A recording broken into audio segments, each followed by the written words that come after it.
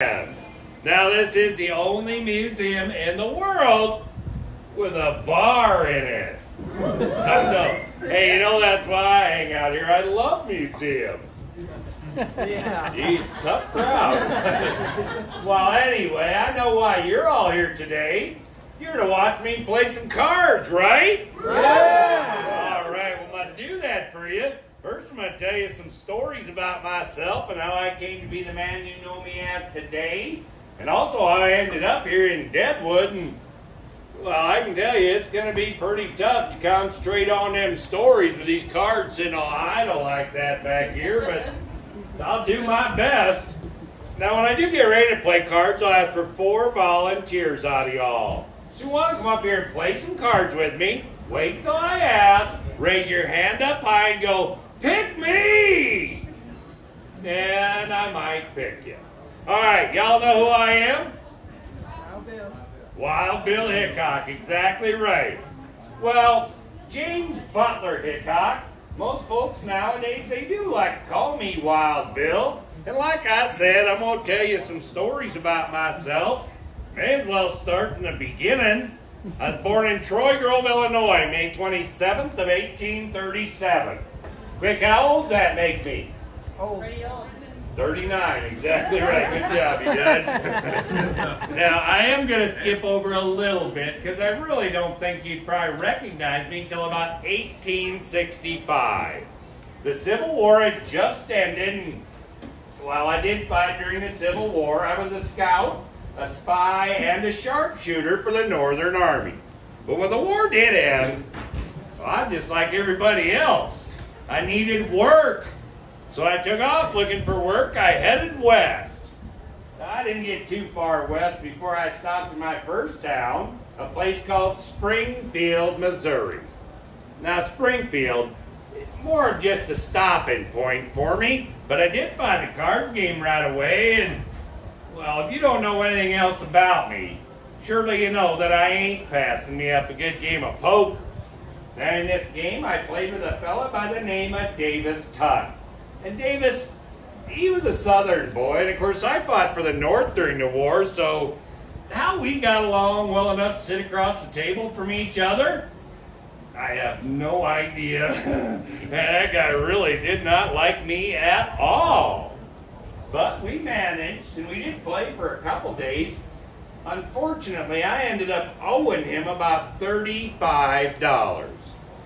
Now, $35 being quite a sum of money that I didn't have, and Davis really wanted some collateral, well, I didn't know what I was going to do. All I had was an old pocket watch that my daddy had given me, and I wasn't about to give that up. But Davis, he was relentless. He wanted something to ensure him that he was getting his money back. So, reluctantly, I did end up giving him that pocket watch, but I told him, I said, "Now, Davis, don't be going around telling everybody how you took that from me in a card game, because that ain't how it happened. That watch means a whole lot more to me than $35, and I'm getting it back." Well, the very next day, here's Davis Tutt in the streets of Springfield, swinging that watch around, bragging to everybody, taunting me with it. Oh, I yelled at him across the town square, told him to knock it off, but he didn't want to listen. He yells back at me, I yell back at him. Then what's he do? He pulls out a gun and he takes a shot at me.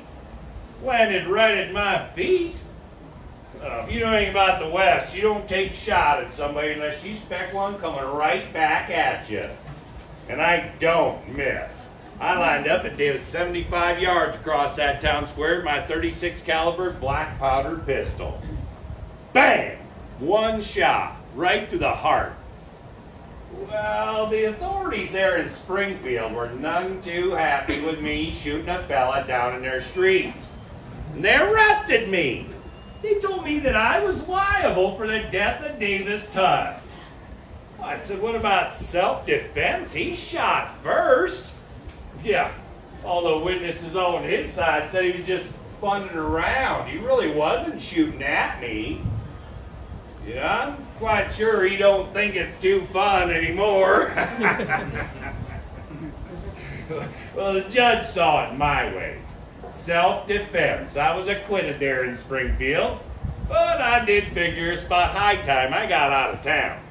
As I'm leaving town, I ran into another fellow who just happened to be at that gunfight, and he saw the whole thing. He was a writer by the name of Henry Nickel. Now, Mr. Nickel, he wrote for Harper's Monthly. He wrote a lot of them dime novels out there on the East Coast. Said he wanted to do an interview with me. Said the people out there, they needed a hero of the new frontier, and, well, I guess he was going to make me it. Now, in this interview, I did tell him some stories about myself, and, yeah, maybe I did exaggerate just a tad, but not nearly as much as he did. By the time he told that story, he had me killing around 100 people. Can you believe that? It was more like less than a half a dozen at this point. But it did make me famous. I went from being James Butler Hickok to being Wild Bill Hickok, the Prince of the Pistoliers, the greatest gunfighter the West had ever seen. And while the fame was nice, it kind of put a target on my back. Now every guy that had a gun wanted to be the guy that shot down the greatest gunfighter, and, well, I had to be extra cautious from then on. Still needing to get out of Springfield. Though acquitted, they were not happy about it, and, well, I still needed work, so I took off and I headed west again. I traveled across Kansas doing odd jobs just to survive. I drove a little freight for a while, scouted all over that place, and as I'm out there scouting, I noticed a few things. I noticed a lot of small towns were sprouting up out there. Yeah, it seemed like everybody just kind of headed west on this big land grab, you know? Well, I also noticed a lot of them towns, they didn't have any law in them to speak of. Kind of gave me an idea, maybe I should be a lawman. So that's what I did. And I cleaned up a lot of towns across Kansas, places like Fort Riley, Wichita, Hays City, a couple more, till I ended up in Abilene, Kansas. Now, see, Abilene, it was a rough cattle town. One of the roughest there was. Them cattle drives, they come through there, bring all sorts of outlaws and ruffians with them. They'd shoot up the town, scare the daylights out of the good folks there just trying to make a life for themselves. The people of Abilene, well, they were more than happy when they heard the great Wild Bill Hickok had taken the job as their marshal and was going to clean that place up. I got there, I laid down some new ground rules. Do not bring your guns to town. Certainly don't be shooting them off in city limits. But there was this guy, there's always this guy, right? Yeah, fella by the name of Phil Coe. Phil, he was a Texas cattleman. He bought a bar there in Abilene, and I guess he had a little problem with my authority. See, I was a marshal. I laid down the rules and I enforced them. And Phil, he didn't want to follow the rules. He just wanted to argue with me all the time. Day in, day out. Every day was something new with that guy, and, well, I think we all know how them arguments is going to turn out. They're going to come to a head someday, and this one was no different. See, I'm sitting in the saloon early one evening, you know, having a drink, minding my own business, winding down from a long day's work, and I hear this ruckus in the street. People are screaming and hollering. Guns are going off everywhere. I run outside to investigate. And who is it? It's Phil Coe and all his friends shooting up the town, scaring everybody. Now, much like Davis, I yelled at him to knock it off too, but he didn't want to listen either. Pretty soon we got this big shouting match going on, and, well, Phil reaches for his pistol. Big mistake. I'm quicker. I saw him reach for his, reached for mine, drew first, bam, shot him dead right there. But, like I said, he had all those friends with him. And they all had guns too. I'm by myself. I'm on the defensive. I looked up at them all and I yelled, "Who wants the rest of these?" Nobody said a word. Until I heard somebody yell my name from back in the alley. I turned, quick shot again. Oh, I shot my deputy, Mike Williams. Oh, some guys are laughing about it. Let me try that again. I shot my friend, my deputy. Oh. It's a little late for that.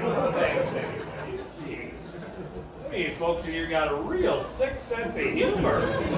That was a bad day.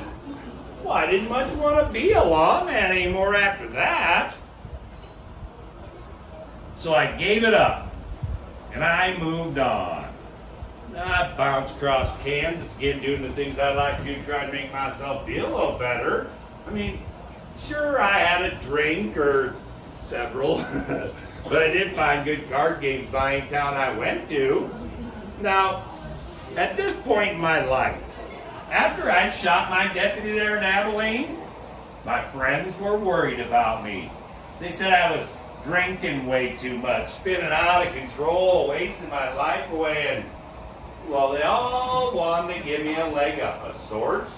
And when I ran into Buffalo Bill Cody, now I know y'all know who that is. And Buffalo Bill and our other friend Texas Jack would come up to me and say, Bill, we're taking a Wild West show out to the East Coast, and we would be honored if you would join us. Well, not doing much else at the time and really needing some money, I said, why not? Let's take that Wild West show out there and show them Easterners just how wild it really is out here. Truth be told, I didn't care for that. No, some people are showmen and some aren't. Buffalo Bill? Heck yeah, they're just showmen for you. Me? No, not so much. And you know, I did get into a little bit of trouble out there. See, my friend Buffalo Bill, he didn't think it was right that I was drinking and carrying on during the shows, and, well, he took my liquor away. I'm going to tell you, it made me rather ornery. I shot the lights out of some of the venues we played in, shot a couple of actors with blanks, and started their pants on fire because I thought it was funny. Yeah, they did. I'd say by the end of it all, my good friend Buffalo Bill regretted every minute of taking me with on that tour. So I saved the trouble of firing me and I quit. Oh, the West was calling me again anyhow. I had to get back out here. I ended up over there in Cheyenne, Wyoming territory. Now when I got to Cheyenne, well, I found me a card game right away because that's just what I do. I played for a couple days, was doing pretty good. I look up from the table, and in walks a lady friend, Agnes Lake. Now, see, I'd known Agnes for years, and well, when we got back together, it was like we never been apart at all. And, well, I guess I could tell you folks, I was very fond of Agnes, and well, after sitting down with her for a while, talking and catching up a bit, I found out she's fond of me too, so I asked her to marry me. You know what she said? No. No? What do you mean, no? There was one answer to that question, okay? I just want to say that right now. I wouldn't even tell the story if she said no.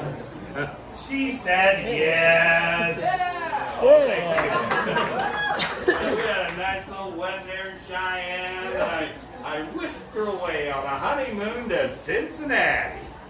Now, we did honeymoon in Cincinnati for a short spell, but Agnes, she had worked there. She'd run the circus by this time, and, well, I had to get back out here. So I left her there, and I headed back west.